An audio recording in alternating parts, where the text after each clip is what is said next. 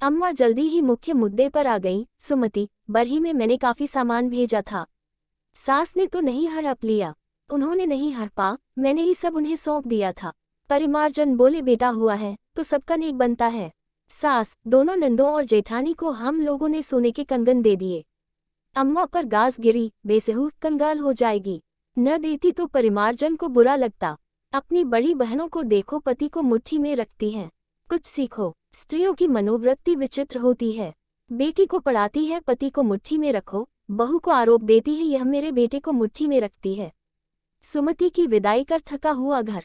अम्मा खूब रोने के कारण भारी हो गए, फटे सुर में कहती जा रही हैं। सास नंदे घाघ होती हैं। उनकी चिकनी चुपड़ी बातों में आकर सुमति कहीं उन लोगों को अपनी साड़ियां न दे दे। बुढ़िया अम्मा की सास ने मेरी पेटी खाली करा ली थी। बहुत समझाया है सुमति को, पर वह आजकल की लड़कियों की तरह चतुर नहीं है। और अम्मा की दृष्टि गोपी पर, साफ मतलब है गोपी चतुर है। अम्मा की नज़र परख गोपी रसोई में जा छिपी। लंबी रसोई के दूर वाले कोने में दोनों बुआ बैठी थीं। अम्मा के शासन में इनकी ये दशा है। गोपी को आते देख बड़ी बुआ बोली, तनिक सुस्ता लो। सुमति के ब्याह में तुमने गजब काम किया। गोपी को थकान से हरारत हो रही थी। बुआ, अम्मा कहती हैं, मैंने कुछ भी सही ढंग से नहीं किया। भूजी के रंग ढंग देखते हमारी उम्र गुजर गई दुल्हन। उन्हें अपनी सास जल्लाद लगती थी, अब तुम चालबाज लगती हो। वो तो यही कहेंगी। इसी क्षण अम्मा अपना थुलथुल शरीर संभाले रसोई में दाखिल हुई। गोपी और बुआओं को एक साथ देख तमक गई। गोपी, यहाँ डटी हो। थकान से मेरा सिर फट रहा है, तेल मालिश कर दो, तनिक ठीक हो जाए। दोनों बुआ समझ गईं, गोपी का उनके पास होना अम्मा को चालबाजी लगती है। गोपी अम्मा के पीछे चल दी। अम्मा बिस्तर पर छा गईं। वे सांप और बिच्छी क्या समझा रही थी तुझे? बड़ी बुआ सांप, छोटी बुआ बिच्छू। नहीं तो, खूब समझती हूँ। नंदे जहर की पोटली होती हैं, कल ही चलता कर दूंगी। अम्मा का संपर्क डेंजर जोन होता है। तथापि गोपी थोड़ा मुस्कुरा दी कि अम्मा की तीनों बेटियां भी जहर की पोटली।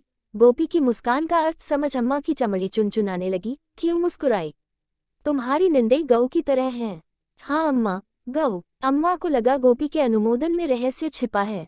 गर्दन अकड़ा कर बोली, मीरा और नीरा दोनों 2-4 दिन में चली जाएंगी। घर की आखिरी शादी थी, दोनों को चेन देना है। दामादों को अंगूठी ठीक रहेगी, बुआ को भी कुछ। अम्मा का चेहरा बागी दिखने लगा। बिना लिए भी दोनों टलने वाली नहीं। नेग में बहुत साड़ियां आई हैं, उन्हीं में से दे देंगे। ये ठीक न होगा अम्मा, यह उनका भी मायका है। जब भाई की बेटियां विदा होने लगे तो मायका उनका हो जाता है। गोपी आगे न बोल सकी। पखवाड़े बाद गोपी का पति विमल सुमति को लेने गया, पर ससुराल वालों ने नहीं भेजा। विमल सुमति को लिए बिना लौट आया। अम्मा, सुमति की बड़ी नंद कनाडा से आई है। वो सुमति के साथ थोड़ा रहना चाहती है। इतनी दूर से बार बार आना नहीं हो पाता। अम्मा का सिर घूम गया। ये कनाडा वाली तो बड़ी हठीली है। पहली बार गई है सुमति, अभी उसे ससुराल में अच्छा न लगता होगा। विमल, तुम ले आते उसे। बाबूजी बोले, सुमति अब उस परिवार की बहू है। वो हमारे अनुसार नहीं, ससुराल वालों के अनुसार चलेगी। जैसे हमसे रिश्ता खत्म हो गया। गोपी को तुम नेक सलाह देती हो ना? बहू को ससुराल वालों के हिसाब से चलना चाहिए। अम्मा ने फटकार दिया, सीधी बात को उलझाया न करो और बहू का बहुत पक्ष न लो। सिर पर बैठेगी और बुढ़ापे में एक लोशिया पानी न देगी। बेटियां पूछ ले तो पूछ लें। मीरा जीजी और नीरा जीजी न अम्मा की सेवा करती हैं, न काम में मदद। उनके आने पर अम्मा खास सतर्क हो जाती हैं, बेटियों की सुख सुविधा में कमी न रहे। तब भी अम्मा को गुमान है बेटियां बुढ़ापा पार कराएंगी। सुमति की विदाई कर थका हुआ घर। अम्मा खूब रोने के कारण भारी हो गए, फटे सुर में कहती जा रही हैं। सास नंदे घाघ होती हैं। उनकी चिकनी चुपड़ी बातों में आकर सुमति कहीं उन लोगों को अपनी साड़ियां न दे दे। बुढ़िया अम्मा की सास ने मेरी पेटी खाली करा ली थी। बहुत समझाया है सुमति को, पर वह आजकल की लड़कियों की तरह चतुर नहीं है। और अम्मा की दृष्टि गोपी पर, साफ मतलब है गोपी चतुर है। अम्मा की नज़र परख गोपी रसोई में जा छिपी। लंबी रसोई के दूर वाले कोने में दोनों बुआ बैठी थीं। अम्मा के शासन में इनकी ये दशा है। गोपी को आते देख बड़ी बुआ बोली, तनिक सुस्ता लो। सुमति के ब्याह में तुमने गजब काम किया। गोपी को थकान से हरारत हो रही थी। बुआ, अम्मा कहती हैं, मैंने कुछ भी सही ढंग से नहीं किया। भूजी के रंग ढंग देखते हमारी उम्र गुजर गई दुल्हन। उन्हें अपनी सास जल्लाद लगती थी, अब तुम चालबाज लगती हो। वो तो यही कहेंगी। इसी क्षण अम्मा अपना थुलथुल शरीर संभाले रसोई में दाखिल हुई। गोपी और बुआओं को एक साथ देख तमक गई। गोपी, यहाँ डटी हो? थकान से मेरा सिर फट रहा है, तेल मालिश कर दो, तनिक ठीक हो जाए। दोनों बुआ समझ गईं, गोपी का उनके पास होना अम्मा को चालबाजी लगती है। गोपी अम्मा के पीछे चल दी। अम्मा बिस्तर पर छा गईं। वे सांप और बिच्छी क्या समझा रही थी तुझे? बड़ी बुआ सांप, छोटी बुआ बिच्छू।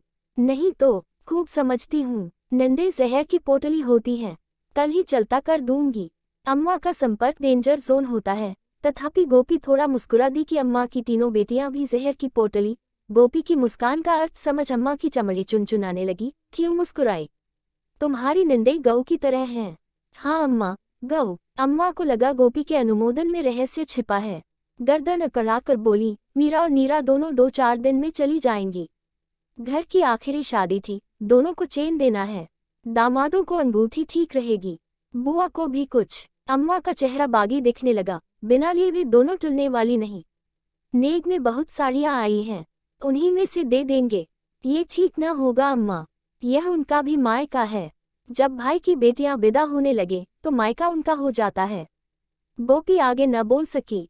पखवाड़े बाद गोपी का पति विमल सुमति को लेने गया, पर ससुराल वालों ने नहीं भेजा। विमल सुमति को लिए बिना लौट आया।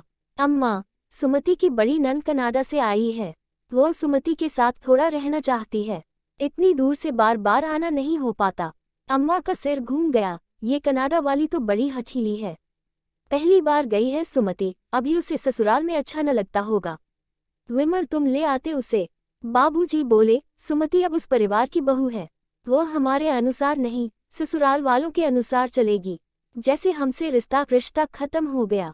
गोपी को तुम नेक सलाह देती हो ना, बहू को ससुराल वालों के हिसाब से चलना चाहिए। अम्मा ने फटकार दिया, सीधी बात को उलझाया न करो और बहू का बहुत पक्ष न लो। सिर पर बैठेगी और बुढ़ापे में एक लोशिया पानी न देगी। बेटियां पूछ ले तो पूछ ले। मीरा जीजी और नीरा जीजी न अम्मा की सेवा करती हैं, न काम में मदद। उनके आने पर अम्मा खास सतर्क हो जाती हैं, बेटियों की सुख सुविधा में कमी न रहे। तब भी अम्मा को गुमान है बेटियां बुढ़ापा पार कराएंगी। सुमति अगले सप्ताह आ गई। अम्मा उसके बैगों की गुप्तचरी में लग गईं। 3 दामी साड़ियां नदारद। सुमति, साड़ियां सास ने हड़प ली। नहीं अम्मा, मैंने बड़ी नंद, जेठानी और माताजी को एक एक दे दी। पुत्री की नादानी अम्मा को नागवार लगी। इतना सिखा कर भेजा, पर तुझे अकल ही नहीं है। अम्मा, भाभी जब पहली बार आई थी तो तुमने उनकी 3 साड़ियां रखी थीं। मीरा जीजी, नीरा जीजी और अपने लिए। मुझे लगा माताजी जबरन रखें, इससे बेहतर है मैं अपनी इच्छा से ही उन्हें दे दूं। यह क्या कि माल भी जाए और नाम भी न हो। इसी तरह लुटाती रही तो सास नंदे तुम्हें कंगाल बना देंगी। हाँ, कहे देती हूँ, अभी सब नया नया है, इसलिए तुम्हें सब हरा ही दिखाई देता है। जल्दी ही पता चलेगा सास नंदे जहर की पोटली होती हैं। सुमति हंस दी। तब कहो अम्मा, मैं और तुम जहर की पोटली हैं। मैं भाभी की नंद, तुम सास। पता है मुस्कुरा कर जुर्म कर रही है, लेकिन गोपी मुस्कुरा दी। अम्मा मुस्कुराहट सह न सकी। गोपी, सिर में न बैठी रहो, चाय बनाओ। अच्छा अम्मा। गोपी चाय बनाने चली गई। इधर अम्मा सुमति को मंत्र देती रही कि वह ससुराल में गुलाम बनकर नहीं, मालकिन बनकर रहना सीखे। जबकि अम्मा ने गोपी को गुलाम से अधिक कभी नहीं माना।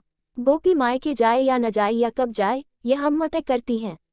गर्मी की छुट्टियों में गोपी के मायके में सभी भाई बहन एकत्र होते हैं कि सबसे मिलना हो जाएगा।